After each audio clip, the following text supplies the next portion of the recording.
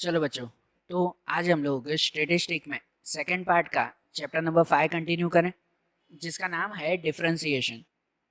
देखो, इस चैप्टर में हम लोग फाइनल एक्सरसाइज का सेक्शन ई के सम्स देख रहे थे, कि जिनमें कल हमने मिनिमम कॉस्ट कैसे फाइंड करते हैं वो कॉस्ट फंक्शन के रिलेटेड सम्स देखे थे। आज उसी सम्स को कंटिन्यू करने हैं हमें, तो इसलिए कल के सम से पहले अच्छी तरह से समझ लेना, देख लेना, तो फिर उसके आगे के सम से ईजिली समझ में आएंगे। कल जैसे हमने कॉस्ट के बारे में समझा था ना, और आज वैसे ही हमें रेवेन्यू और प्रॉफिट के बारे में समझना है। कि जैसे आज आगे का सम उसमें कंटिन्यू करें ना, हमारी फाइनल एक्सरसाइज का क्वेश्चन नंबर 8 है, सेक्शन ई में क्वेश्चन नंबर 8 वो कंटिन्यू करें। उसमें दिया हुआ है कि कोई एक प्रोडक्ट का डिमांड फंक्शन दिया हुआ है। Demand function P equal to 30 minus x square upon 10, ये डिमांड फंक्शन दिया हुआ है इसमें। और हमें क्या फाइंड करना है कि find demand and price for maximum revenue. कि डिमांड और प्राइस फॉर मैक्सिमम रेवेन्यू, कि कितनी डिमांड रखें और कितनी प्राइस रखें कि जिससे मैक्सिमम रेवेन्यू हो। कल हम लोग है ना कॉस्ट के सम देख रहे थे, कि जिसमें कॉस्ट में ऐसा देख रहे थे कि भाई कितना प्रोडक्शन करें कि कॉस्ट मिनिमम हो। खर्चा तो मिनिमम ही होना चाहिए ना, और ये रेवेन्यू है तो रेवेन्यू कैसा होना चाहिए, मैक्सिमम होना चाहिए। तो इसलिए कल जैसे हम लोग नेसेसरी और सफिशिएंट कंडीशन देख रहे थे ना, रेवेन्यू या प्रॉफिट, उसमें भी यही कंडीशंस आती है कि फॉर मैक्सिमम रेवेन्यू और प्रॉफिट, कि रेवेन्यू या प्रॉफिट में भी ढूंढना हो ना, तो उसमें भी ये दो कंडीशन के हिसाब से ही ढूंढते हैं, नेसेसरी और सफिशिएंट कंडीशन के हिसाब से। कि इनमें भी नेसेसरी कंडीशन आती है, अगर रेवेन्यू हो तो कंडीशन होती है d r upon d x equal to 0, या अगर प्रॉफिट के बारे में हो तो d p upon d x equal to 0, ये कैपिटल पी। हाँ, और सफिशिएंट कंडीशन आती है, वो सफिशिएंट कंडीशन अगर रेवेन्यू है तो d square r upon d x square less than 0, less than 0। और अगर प्रॉफिट में हो तो d square p upon d x square less than 0। बरोबर। तो इसमें भी जो हमें x की वैल्यू ढूंढनी है वो इसी के हिसाब से ही ढूंढने हैं। कल भी मैंने बताया था कि x की वैल्यू ढूंढनी हो तो नेसेसरी कंडीशन यूज करते हैं, और अगर x की वैल्यू वेरीफाई करनी हो तो सफिशिएंट कंडीशन यूज करते हैं। बरोबर ना, ढूंढने के लिए ये, वेरीफाई करने के लिए ये जरूरी है। ठीक है, तो हमें इस क्वेश्चन में पूछा हुआ है कि find demand and price for maximum revenue. Maximum revenue हमें ढूंढना है कि भाई कितनी डिमांड हो तो मैक्सिमम रेवेन्यू मिलेगा। तो कितनी डिमांड, तो डिमांड हमें फाइंड करनी है, तो उसे सपोज कर लें कि let the demand be x unit, कि चलो एक्स यूनिट जितनी डिमांड होनी चाहिए, और कितनी प्राइस होनी चाहिए, तो प्राइस के लिए तो ये है ही, प्राइस के लिए तो ये फंक्शन दिया हुआ ही है ना। बराबर ना, उसे सपोज नहीं करना है, ये पी प्राइस, ये डिमांड फंक्शन कहते हैं, लेकिन ये स्मॉल पी मतलब प्राइस का ही कहलाता है। ये x इक्वल टू डिमांड हुआ। तो अब इसमें से हमें जो मैक्सिमम रेवेन्यू फाइंड करना है, तो सबसे पहले तो ये जो p है उसे हमें r में कन्वर्ट करें, मतलब कि रेवेन्यू में कन्वर्ट करें। तो ये उस दिन भी हमने एक शॉर्ट सम में ये फॉर्मूला देखी थी कि अगर हमें रेवेन्यू फंक्शन फाइंड करना हो ना, ये डिमांड फंक्शन दिया हुआ है, अगर हमें रेवेन्यू फंक्शन आर ढूंढना हो तो उसकी फार्मूला आती है x multiply p. X multiply p मतलब कि एक्स मल्टीप्लाई ये r equal to x multiply p पे क्या लिखेंगे, 30 माइनस एक्स स्क्वायर अपॉन 10। बरोबर ना, एक्स मल्टीप्लाई पी ये होगा कि जिसमें से r इक्वल टू ये x का दोनों से मल्टीप्लाई, x को 30 से करेंगे तो 30x, और x को x स्क्वायर से करेंगे तो x क्यूब अपॉन 10। बरोबर, ये r मिल गया ना, रेवेन्यू मिला हमें। और इसके ऊपर से हमें नेसेसरी और सफिशिएंट कंडीशन लगानी है ना, तो पहले उनके दोनों डेरिवेटिव ढूंढ लें। अगर r मिल जाए तो उन दोनों के डेरिवेटिव ढूंढ लें। पहला derivative D r upon d x, इसका फर्स्ट डेरिवेटिव, तो फर्स्ट डेरिवेटिव में 30x, तो 30x का क्या होगा, सिर्फ 30, x हट जाएगा। माइनस अपॉन में नंबर हो तो कुछ भी नहीं करते, उसको कोई चेंजेस नहीं, सिर्फ इसका डेरिवेटिव ढूंढे कि 3 आगे आ जाएगा 3x और ऊपर -1, 3 - 1 2, 3x स्क्वायर और अपॉन में 10। ये पहला डेरिवेटिव मिला और इसके ऊपर से ही दूसरा डेरिवेटिव d² अपॉन dx²। तो उसमें 30 का तो कुछ भी नहीं होगा, वो तो हट जाएगा, 30 का कुछ भी नहीं। इसमें अगर देखें तो ये -2 यहाँ आगे मल्टीप्लाई, 2 3 जा 6x और ऊपर 2 - 1, तो 2 - 1 1, 6x अपॉन 10, ये इसका सेकंड डेरिवेटिव। अब जो हमें x की वैल्यू ढूंढनी है, मतलब अगर डिमांड फाइंड करना है हमें, तो उसके लिए क्या ढूंढे, x की वैल्यू किसके ऊपर से ढूंढते हैं, नेसेसरी कंडीशन पर से। तो यहाँ पे लिखेंगे हम लोग अकॉर्डिंग टू नेसेसरी कंडीशन। उस कंडीशन के हिसाब से अगर हम लोग लिखें तो उसमें आता है dr upon d x equal to 0। Means dr upon d x की वैल्यू क्या है, ये 30 - 3x² अपॉन 10। तो 30 - 3x² अपॉन 10 इक्वल टू 0। जिसमें से अगर ये x ढूंढना है तो पहले ये -3x² है उसे इस साइड ले जाए ना प्लस में, ऐसे हो जाएगा 30 इक्वल टू 3x² अपॉन 10। जिसमें से अगर ये x ढूंढना है तो क्या करें, ये 10 ऊपर ले जाए मल्टीप्लाई में और 3 नीचे ले आए डिवाइड में। मतलब ऐसे हो जाएगा कि 30 × 10 अपॉन 3 इक्वल टू x², 10 ऊपर और 3 नीचे।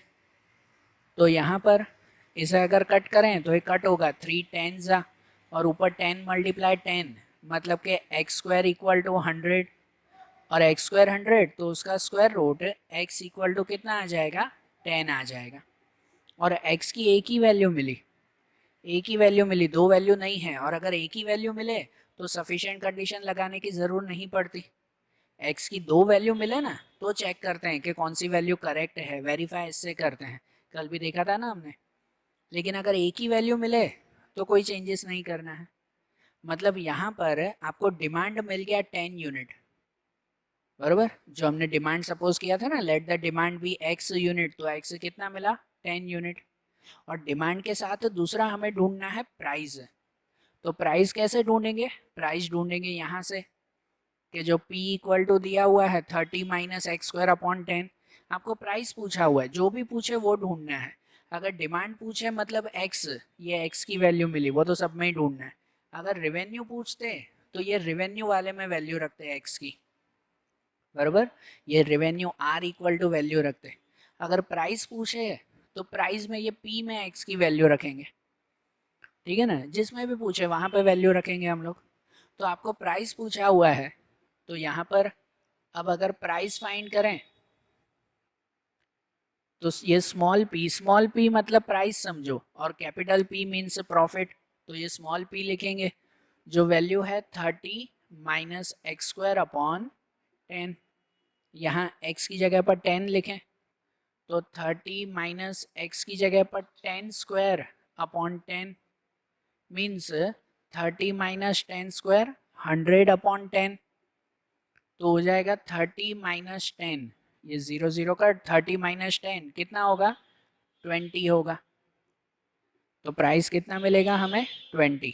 मतलब कि जब डिमांड 10 हो और प्राइस 20 हो तो हमें मैक्सिमम रेवेन्यू मिलेगा। हमें मैक्सिमम रेवेन्यू के बारे में ढूंढना था ना, तो वो यहाँ पे आखिरी में सेंटेंस लिखेंगे कि so when demand x equal to 10 unit and price small p equal to 20 rupees, then revenue is maximum। कि जब डिमांड x हो और प्राइस p हो तो रेवेन्यू कैसा कहलाएगा, मैक्सिमम कहलाएगा। समझ आई बात, रेवेन्यू कैसे ढूंढना है थोड़ा क्लियर हो रहा है ना। जैसे ये क्वेश्चन देखा एज इट इज वैसे ही इसके बाद वाला क्वेश्चन भी हम लोग देखें, बराबर। अब जैसे क्वेश्चन नंबर 9 दिया हुआ है वैसे ही उसमें दिया हुआ है कि भाई मार्केट में राइस की डिमांड वो x equal to demand function आपको दिया हुआ है x इक्वल टू 3 × 60 - p। तो हमें इसमें फाइंड करना है कि find the demand for maximum revenue. एक डिमांड ढूंढनी है, मतलब x की वैल्यू ढूंढनी है ना फॉर मैक्सिमम रेवेन्यू। और उसके बाद हमें ढूंढना है कि for that demand find the price and maximum revenue. उसके बाद प्राइस भी ढूंढना है और मैक्सिमम रेवेन्यू भी ढूंढना है। तो देखो स्टेप वैसे ही चलना है। सबसे पहले तो ये आपको जो डिमांड फंक्शन दिया हुआ है इसके ऊपर से रेवेन्यू फंक्शन ढूंढ लें, बराबर ना। आर पहले ढूंढ लें हम लोग, और उससे भी पहले डिमांड इक्वल टू एक्स हम लोग सपोज कर लें।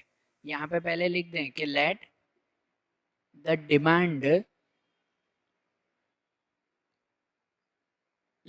Demand be x unit. कि अगर डिमांड एक्स है तो यहाँ पे आपको डिमांड फंक्शन दिया हुआ है कि डिमांड फंक्शन वो x इक्वल टू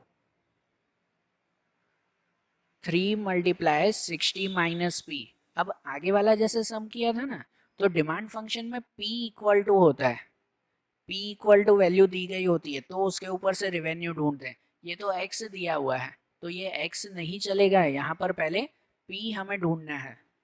ठीक है, तो क्या करेंगे, p अगर फाइंड करने के लिए उसके साथ जो जो नंबर हैं वो सब एक तरफ लेके आए, बरोबर ना। डिमांड फंक्शन में p इक्वल टू लिखा जाता है हमेशा, ये x अंदर होता है p बाहर होता है, बरोबर। यहाँ उल्टा दिया हुआ है आपको तो इसलिए पहले क्वेश्चन ही क्लियर करेंगे। तो अगर p की वैल्यू इसमें पहले क्लियर करें तो ये 3 डिवाइड में आएगा सबसे पहले कि x divide by 3 equal to 60 - p।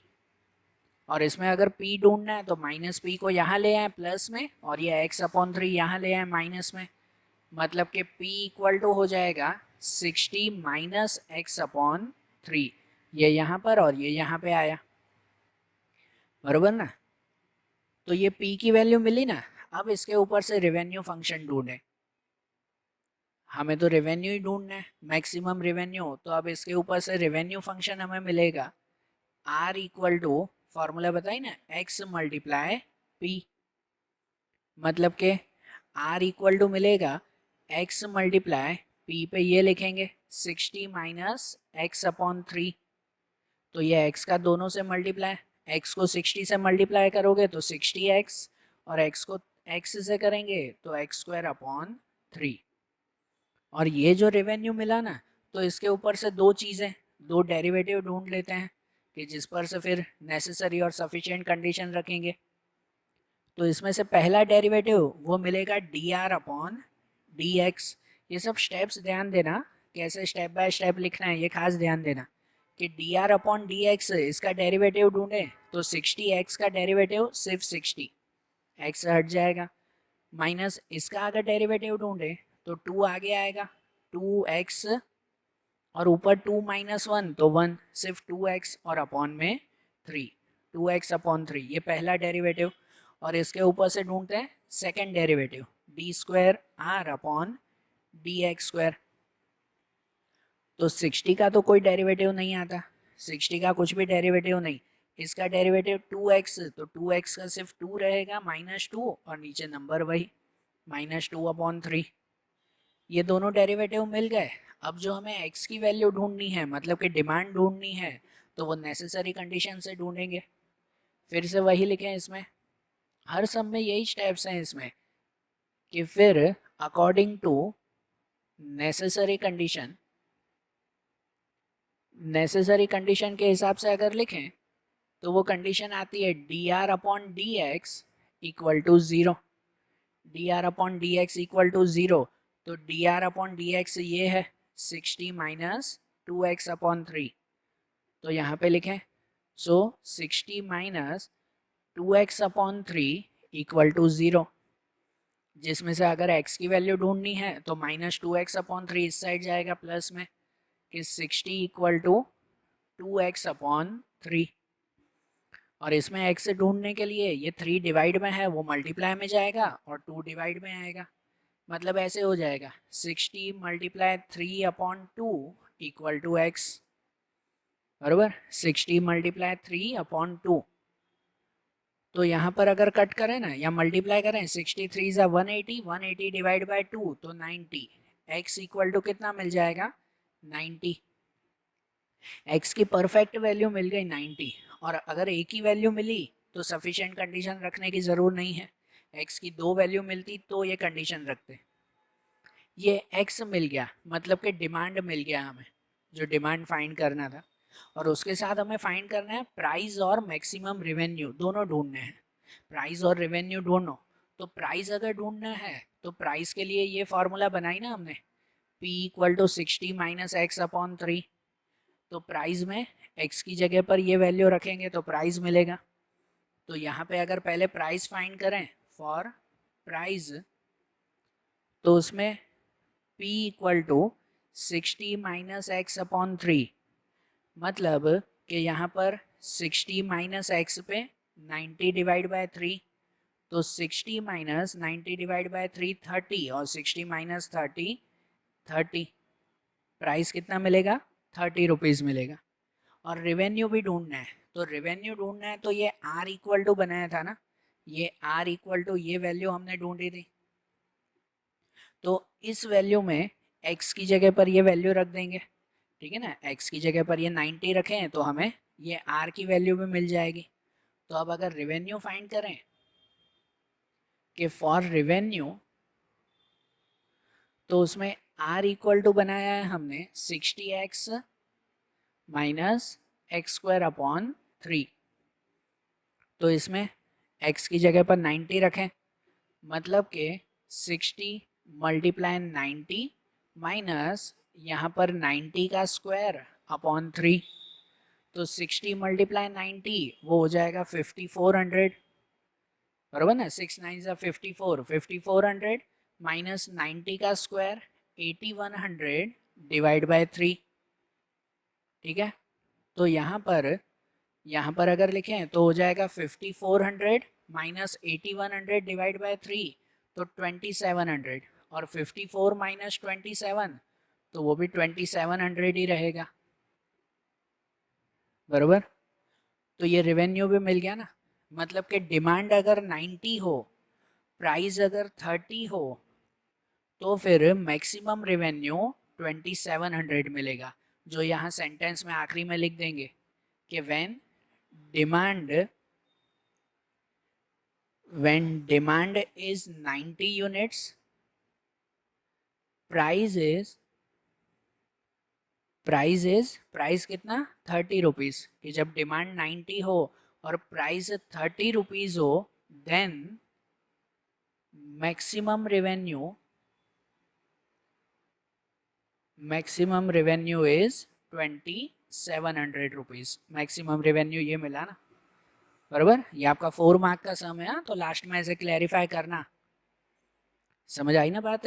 ये सेम स्टेप्स हर सम के लिए याद रखो, जैसे इसमें किया वैसे ही इसके बाद वाला क्वेश्चन भी देखें जिसमें भी यही स्टेप्स करने हैं हमें।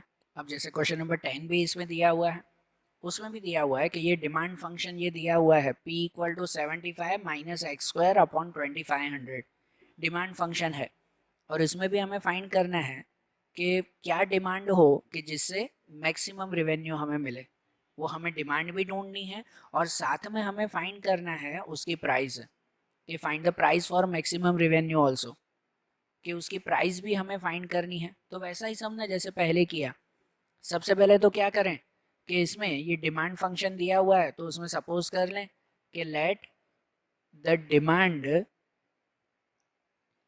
बी एक्स यूनिट, कि अगर डिमांड एक्स यूनिट हो तो आपको ये डिमांड फंक्शन दिया हुआ है,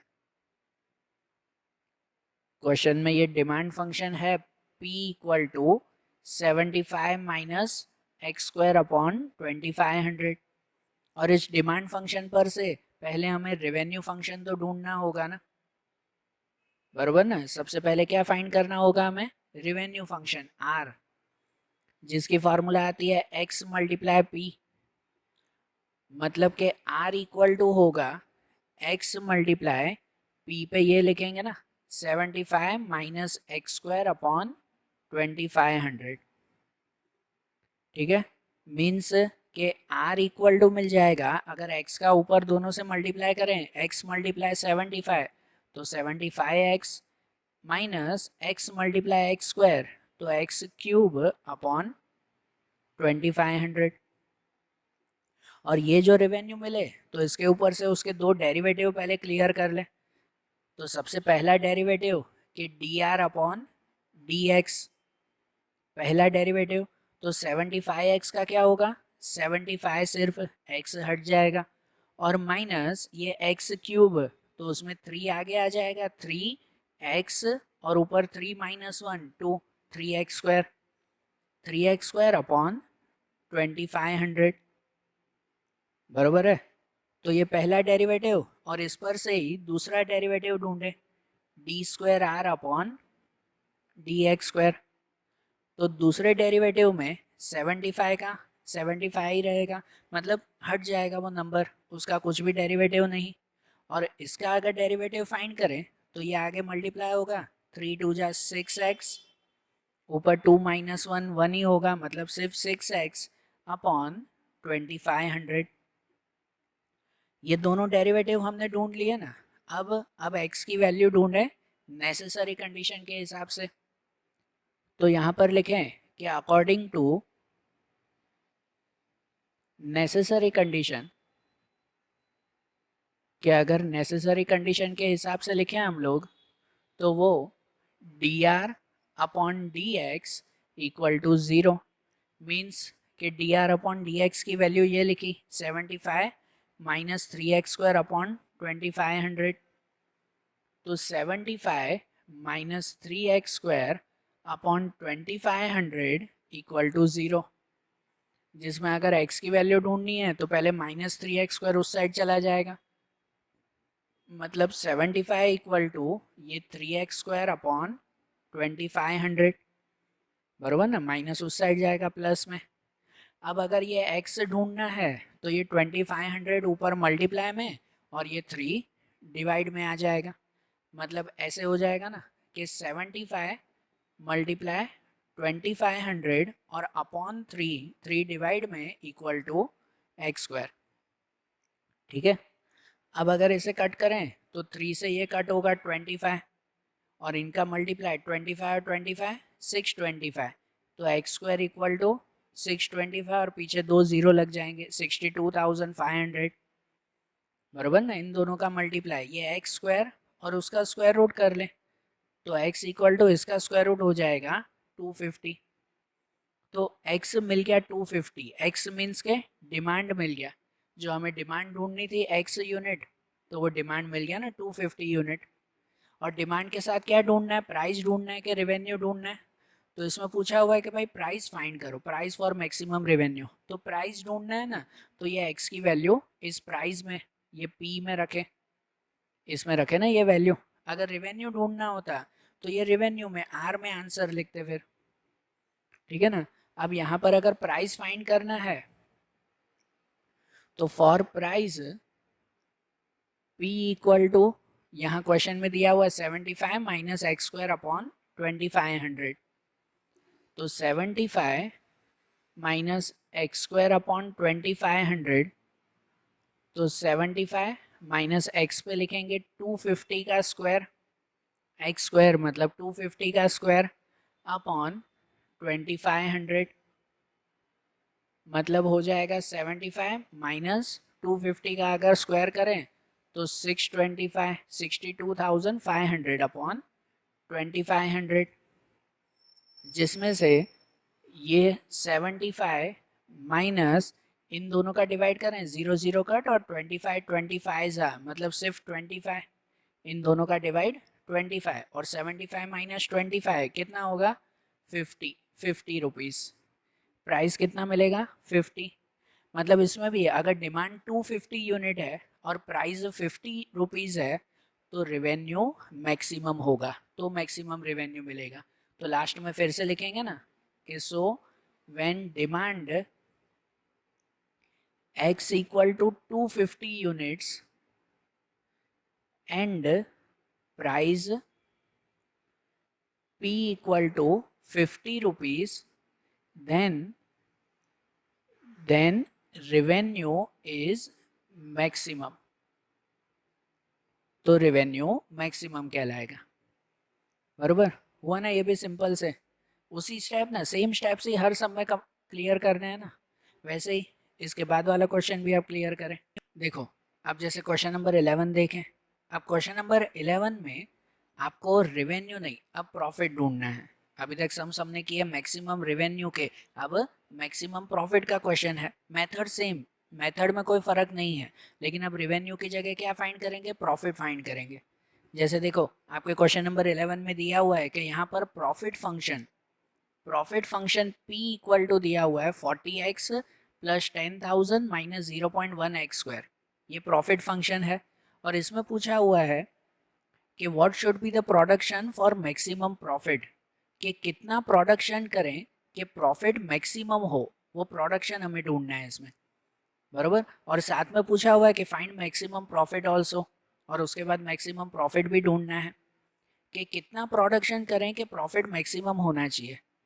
यहाँ देखो कल हमने जो सम्स किए थे ना कल के वीडियो में, उसमें हम लोग कॉस्ट ढूंढ रहे थे, और कॉस्ट में हम लोग ढूंढ रहे थे कि भाई कितना प्रोडक्शन करें कि मिनिमम कॉस्ट होना चाहिए। ठीक है, कॉस्ट ढूंढने के लिए प्रोडक्शन ढूंढते थे, उसे एक्स हमने सपोज किया था। जब रेवेन्यू फाइंड कर रहे थे तो रेवेन्यू के लिए डिमांड को एक्स सपोज किया था, हम डिमांड ढूंढ रहे थे। और अब जब प्रॉफिट ढूंढना है ना, मैक्सिमम प्रॉफिट, तो मैक्सिमम प्रॉफिट के लिए भी फिर से क्या ढूंढना होगा, प्रोडक्शन ही ढूंढना है। जो भी ढूंढना हो उसे एक्स सपोज करो, और आगे की मेथड तो सेम ही रहेगी, आगे की मेथड में थोड़ी कोई फर्क है। जो भी ढूंढना हो उसे क्या सपोज करो, एक्स सपोज करो। यहाँ पर भी हमें प्रोडक्शन ढूंढना है, भाई कितना प्रोडक्शन करें कि प्रॉफिट हमें मैक्सिमम मिले, तो वो प्रोडक्शन को क्या सपोज करें, एक्स सपोज करें ना। मेथड इसमें भी वही वही नेसेसरी और वही सफिशिएंट कंडीशन रखनी है, इसलिए इसमें भी सबसे पहले लिखें कि let the production be x, कि अगर प्रोडक्शन एक्स करते हैं हम लोग, तो इसमें इसमें तो आपको डायरेक्टली प्रॉफिट दिया हुआ ही था ना। पहले वाले क्वेश्चन में कैसा था, आपको डिमांड दिया हुआ था, डिमांड पर से पहले रेवेन्यू ढूंढते थे, फिर आगे सम करते थे। अब यहाँ प्रॉफिट में तो सीधा प्रॉफिट है ही, तो उसमें थोड़ी कुछ फिर से ढूंढने की ज़रूर है।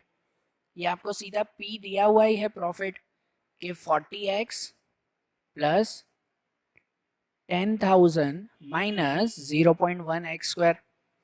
तो इसके ऊपर से अगर प्रोडक्शन x की वैल्यू ढूंढनी है तो सबसे पहले तो क्या करें, नेसेसरी और सफिशिएंट कंडीशन रखें ना, और उसके लिए इसके दो डेरिवेटिव ढूंढ लें। कि जैसे पहला डेरिवेटिव मींस फाइंड करें dp अपॉन dx, पहला डेरिवेटिव dp अपॉन dx। तो 40x का क्या होगा, ओनली 40, बराबर सिर्फ 40 ही रहेगा। 10,000 का कुछ भी नहीं, वो कट हो जाएगा। और माइनस 0.1x² अगर करें तो 2 आगे मल्टीप्लाई होगा, 0.1 मल्टीप्लाई 2 तो 0.2, और x ऊपर 2 माइनस 1 1 ही रहेगा, सिर्फ 0.2x। ये पहला डेरिवेटिव। अब इसके ऊपर से second derivative d² upon dx²। तो सेकंड डेरिवेटिव में ये 40 का तो कुछ भी नहीं, नंबर हट जाएगा, और ये 0.2x का हो जाएगा 0.2। और ये दोनों डेरिवेटिव अगर मिल गए ना, तो उसके ऊपर से अब नेसेसरी कंडीशन रखें x की वैल्यू ढूंढने के लिए, कि अब लिखें अकॉर्डिंग टू नेसेसरी कंडीशन। देखो कोई भी ढूंढना हो, कॉस्ट, रेवेन्यू या प्रॉफिट, स्टेप्स तो इसमें वही रखेंगे ना।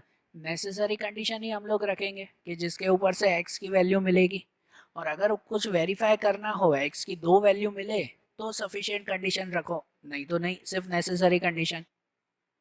तो इसमें भी नेसेसरी कंडीशन आती है dp upon d x equal to 0, dp upon d x equal to 0। तो वो dp upon d x first derivative क्या मिला, ये मिला 40 माइनस 0.2x, मीन्स कि 40 माइनस 0.2x इक्वल टू 0। तो x ढूंढना है तो 0.2 वहाँ ले जाए, तो 40 इक्वल टू 0.2x, और ये 2 डिवाइड में 0.2 डिवाइड में, तो x equal to 40 divide by 0.2, और 40 डिवाइड बाय 0.2 अगर करें हम लोग तो x इक्वल टू कितना मिल जाएगा हमें, तो वो मिल जाएगा 200। तो प्रोडक्शन हमें कितना करना है, 200 करना है। कि अगर हम लोग 200 यूनिट का प्रोडक्शन करते हैं तो हमें प्रॉफिट मैक्सिमम मिलेगा, बराबर। और x की एक ही वैल्यू मिली तो सफिशिएंट कंडीशन रखने की ज़रूरत ही नहीं है, बराबर ना। एक ही वैल्यू मिली तो वो नहीं रखेंगे, बस ये फाइनल आंसर कि प्रोडक्शन जो हमें ढूंढना था कितना प्रोडक्शन करें, तो 200 यूनिट का प्रोडक्शन करें। और उसके साथ हमें क्या ढूंढना है, तो उसमें ढूंढना है कि फाइंड मैक्सिमम प्रॉफिट ऑल्सो, कि मैक्सिमम प्रॉफिट भी हमें ढूंढना है। तो मैक्सिमम प्रॉफिट मतलब कि ये जो प्रॉफिट फंक्शन जो क्वेश्चन में दिया हुआ है उसमें x की जगह पर क्या रखेंगे हम लोग, 200 रखेंगे, बराबर ना। उसमें x की जगह पे 200 रखेंगे तो हमें मैक्सिमम प्रॉफिट भी पता चलेगा, ठीक है। तो यहाँ पर फाइनली मैक्सिमम प्रॉफिट अगर ढूंढें तो maximum profit P equal to दिया हुआ है यहाँ पर 40x plus 10,000 minus 0.1 x square. तो 40 x की जगह पर 200 रखेंगे, x की वैल्यू रखें, ये प्रोडक्शन 200 प्लस 10,000 माइनस 0.1 और x पे 200 का स्क्वायर, मतलब कि 40 मल्टीप्लाई 200 करो तो कितना हो जाएगा 8,000 प्लस 10,000 माइनस 0.1 और 200 का स्क्वायर 40,000। तो ये 8 प्लस 10 18,000 और माइनस 0.1 मल्टीप्लाई 40,000 करो तो वो हो जाएगा 4,000 और 18,000 माइनस 4,000 तो आंसर 14,000। क्या मिलेगा हमें आंसर, 14,000 मिलेगा। Maximum profit 14,000। इसका मतलब कि अगर हम लोग प्रोडक्शन 200 यूनिट कर रहे हैं ना, जो भी चीज़ बनानी हो, यहाँ कुछ मेंशन तो नहीं है, जो भी प्रोडक्ट बना रहे हो अगर वो हम लोग 200 यूनिट प्रोडक्ट बनाते हैं तो मैक्सिमम प्रॉफिट हमें 14,000 का मिलेगा, बराबर। जो यहाँ आखिरी सेंटेंस में लिखेंगे कि so when production x equal to 200 units then maximum profit is 14,000 rupees, बराबर। समझ आया ना, रेवेन्यू हो या प्रॉफिट हो मेथड वही रखनी है। उल्टा रेवेन्यू में पहले रेवेन्यू ढूंढते थे डिमांड पर से, ये प्रॉफिट तो डायरेक्टली दिया हुआ है वो डायरेक्टली सॉल्व कर दिया, बराबर। और इसके बाद वाला लास्ट 12th वाला क्वेश्चन भी देखें हम लोग। अब जैसे क्वेश्चन नंबर 12 में भी दिया हुआ है कि यहाँ पर भी प्रॉफिट फंक्शन दिया हुआ है P equal to 5x minus 100 minus 0.01 x square, बराबर ना। और उसके लिए हमें ढूंढना है कि what should be the production for maximum profit. इसमें से प्रोडक्शन ही ढूंढना है कि कितना प्रोडक्शन करें कि प्रॉफिट मैक्सिमम होना चाहिए। तो सिर्फ प्रोडक्शन सिर्फ x की वैल्यू ही हमें फाइंड करनी है। तो जो प्रोडक्शन हमें ढूंढना है उसे x सपोज कर लेना कि लेट द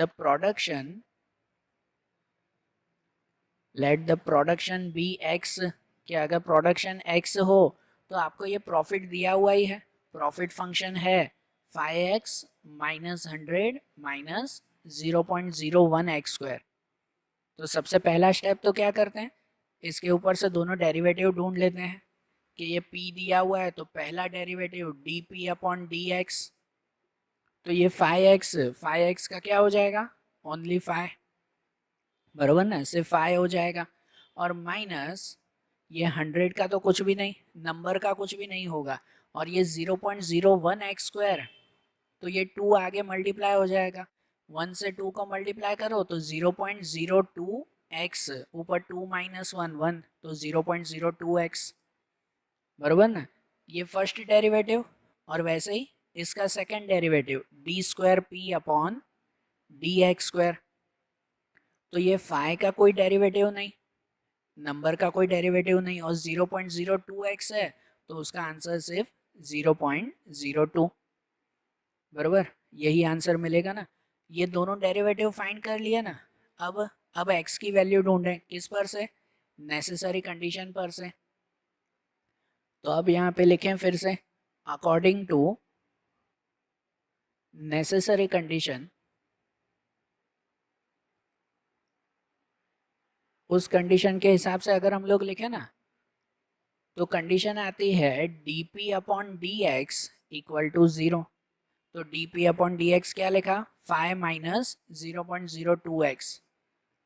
तो 5 माइनस 0.02x इक्वल टू 0, जिसमें से x ढूंढना है तो ये उस साइड प्लस में ले जाएंगे कि 5 इक्वल टू 0.02x, और x ढूंढने के लिए 2 डिवाइड में, मीन्स के x equal to 5 divide by 0.02, और 5 को अगर इससे डिवाइड करेंगे ना तो आंसर मिलेगा x इक्वल टू 250। x की वैल्यू क्या मिलेगी हमें, 250 मिलेगी, और a की वैल्यू मिली ना, इसमें भी x की a की वैल्यू मिली। तो नेसेसरी कंडीशन के बाद सफिशिएंट कंडीशन रखने की ज़रूरत नहीं है, ये x की वैल्यू कंफर्म। मतलब कि अगर हम लोग प्रोडक्शन 250 यूनिट करते हैं ना तो हमें प्रॉफिट मैक्सिमम होगा, और इस सब में से प्रोडक्शन ही ढूंढना था, और कुछ फाइंड करना है प्रॉफिट या और कुछ भी नहीं।